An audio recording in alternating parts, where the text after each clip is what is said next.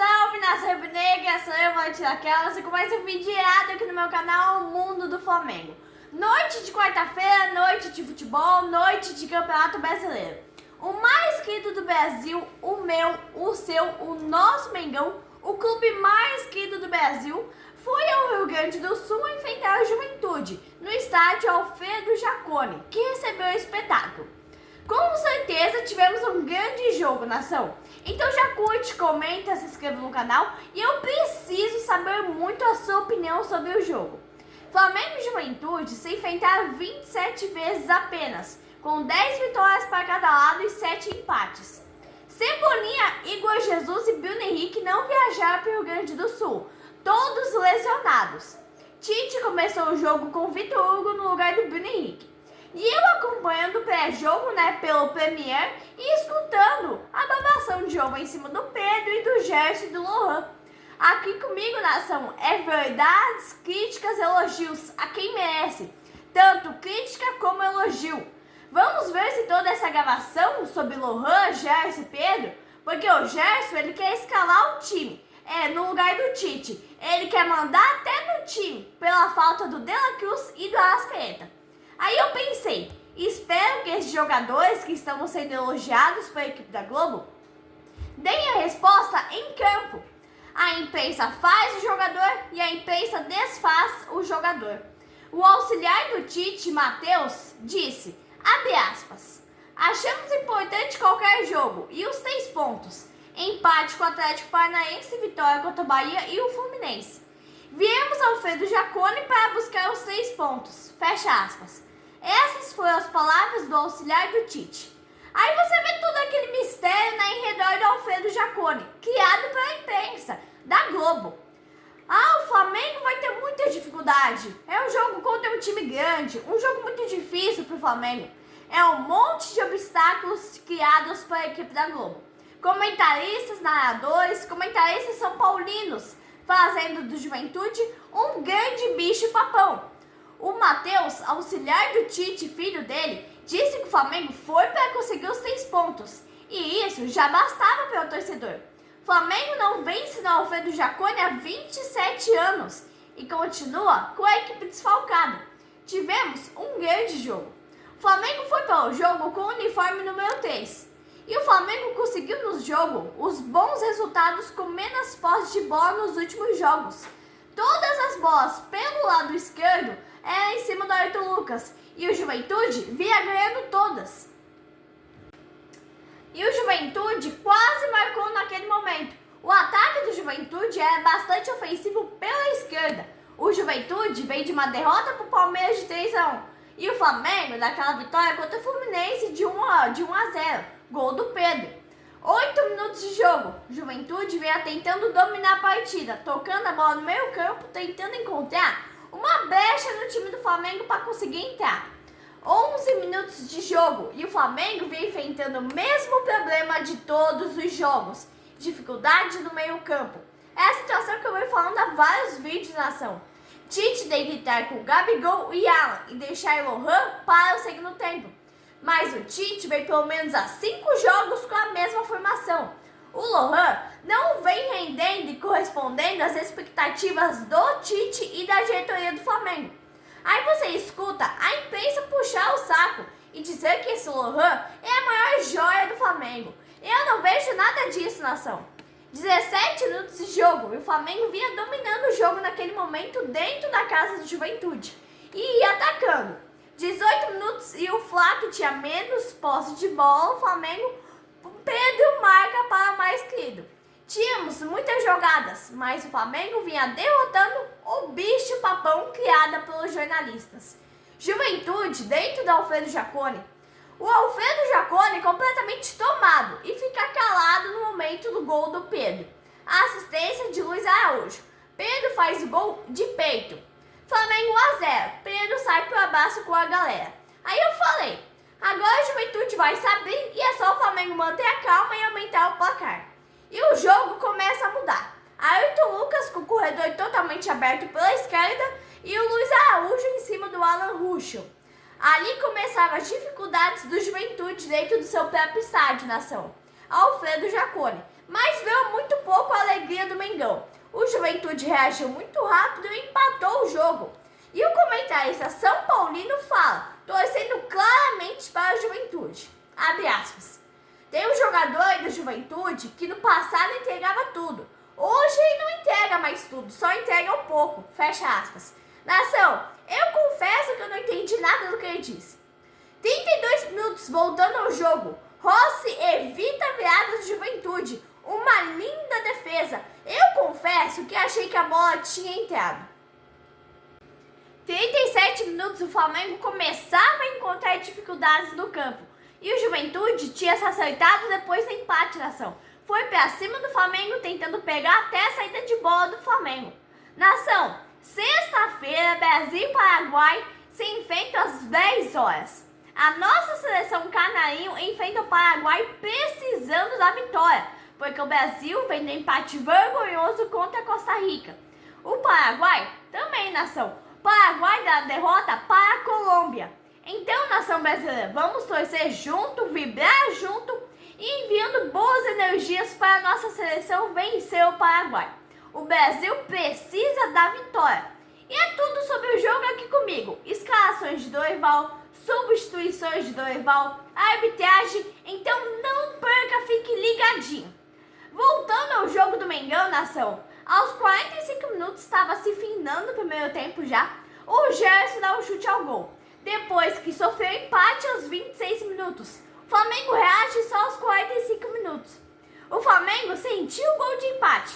Aos 46, Lohan recebe uma assistência num cruzamento e dá uma cabeçada. Mas a bola não entra.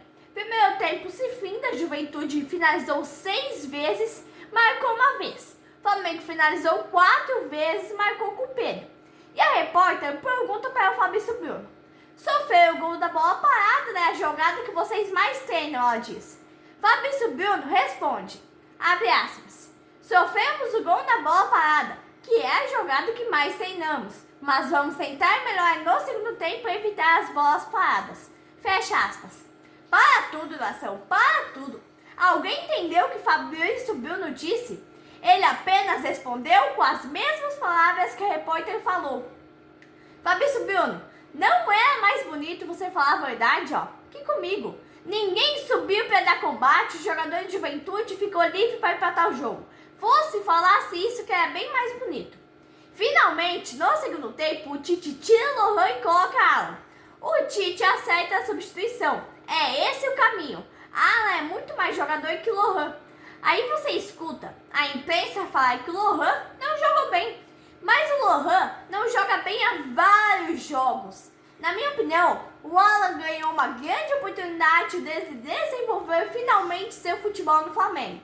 Aos 4 minutos, o argentino Rossi faz uma linda defesa.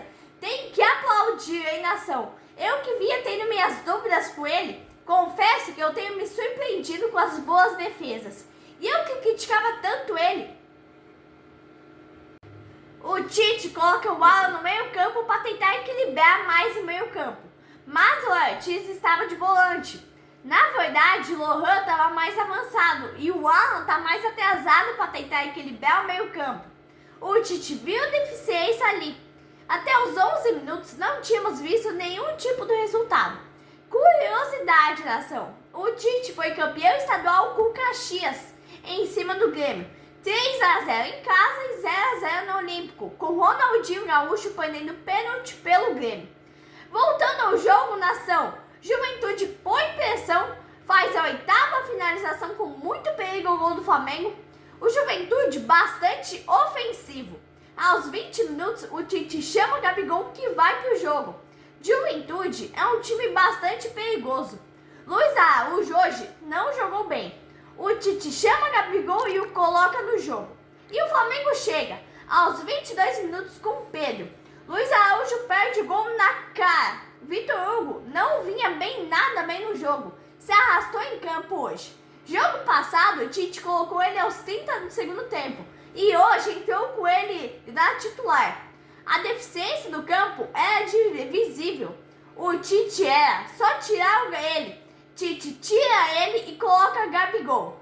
Foi a noite dos goleiros hoje, nação. Quem brilhou foi Rossi e Matheus Klaus, do Juventude. Belas defesas. 30 minutos do segundo tempo, um jogo muito bom, mas o burro do Wesley ataca novamente. O burro do Wesley faz a jogada, faz a cagada. Juventude vem pra cima e o Ross faz uma linda defesa para salvar. O Juventude quer pênalti, mas não houve. Uma jogada totalmente legal. Juventude reclama sem razão. 33 minutos, um jogo aberto. Poderia ser o gol da vitória de ambos alados a qualquer momento da ação.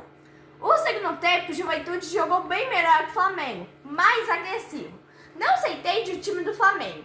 Tem a melhor academia do país, mas não tem preparo físico, é visível. Ah, você está dizendo que o Flamengo não treina. O Flamengo não treina pelo jeito. Aos 37 minutos, o Juventude vinha sobrando preparo físico. E pode ter certeza que a academia do Flamengo é bem melhor que a academia do Juventude. Então, isso é uma prova que o Flamengo não treina. 40 minutos, o Flamengo estava apanhando do Juventude. E o Rossi faz verdadeiramente milagres. O Tite tira Pedro, Gerson e Léo Ortiz. Mas a cota de milagres do Rossi acaba. E o Flamengo vai deixando os 3 pontos para trás. O gol que o Flamengo levou, na minha opinião, é em cima do Wesley. O Wesley estava escondido atrás do Mandaga, jogador do Juventude. O Wesley estava muito mal em campo. Luiz Araújo muito mal. Vitor Hugo não jogou nada o jogo inteiro. O Tite tentou segurar 1-1 e não deu certo. Juventude mantém o tabu de quase 30 anos sem perder para o Flamengo no Alfredo Jaconi. Um jogo bom, mas melhor para a Juventude. O meu destaque do jogo de hoje é o goleiro Rossi. Grandes defesas. Se fosse qualquer outro goleiro, teria levado uns 4 gols. Eu me surpreendi. 2-1 saiu barato demais para o Flamengo. Alfredo Jaconi bate recorde de público no ano. 12 mil pessoas no espetáculo do jogo. Juventude pareceu uma verdadeira seleção diante do Flamengo. O Flamengo perde a primeira como visitante no Brasileirão. É uma vitória considerada gigantesca para a Juventude. Nação, o Juventude veio vencer o Corinthians e o Vasco. E uma vitória sobre o Flamengo é gigantesca. E eu volto a dizer, foi barato para o Flamengo. Poderia ter sido 3? Poderia. Poderia ter sido 4? Poderia. Juventude não só vence o Flamengo, mas vence o líder do Brasileirão. O Flamengo não jogou bem, não porque perdeu, mas o jogo poderia ter sido bem pior. Um jogo onde nada deu certo para o Flamengo. Poderia ter sido muito pior pela quantidade de desfalques. Vitor Hugo não jogou nada o jogo inteiro. Luiz Araújo muito mal em campo. O jogo todo o time sem criação. Tirou o Lohan e colocou o Alan. Mas o problema é que Tite colocou o Alan em outra posição, diferente da do Lohan. E aí ficou bem pior para o Flamengo. No final do jogo, as substituições de Tite não deram certo. Nem a do Gabigol deu certo. No momento em que entra Davi Luiz, Carlinhos e Everton Araújo, na primeira bola o Flamengo já toma a virada. A bola passa por todo mundo e o Wesley estava escondido atrás do jogador do Juventude. Então é isso, nação. Mais um vídeo do canal, o Flamengo perde para o Juventude e vê os principais rivais chegando. Palmeiras, Bahia, Botafogo, Atlético. E o Flamengo fica com a liderança ameaçada, em risco. E vai para o confronto contra o Cruzeiro no Maracanã no domingo. Outro time que está subindo na tabela. Venceu o Atlético Paranaense e está indo muito bem. Eu acredito que seja um jogo muito difícil para o Flamengo, por conta de todos os desfalques que o Mengão tem. Então até o próximo vídeo e abraço, nação rubro-negra.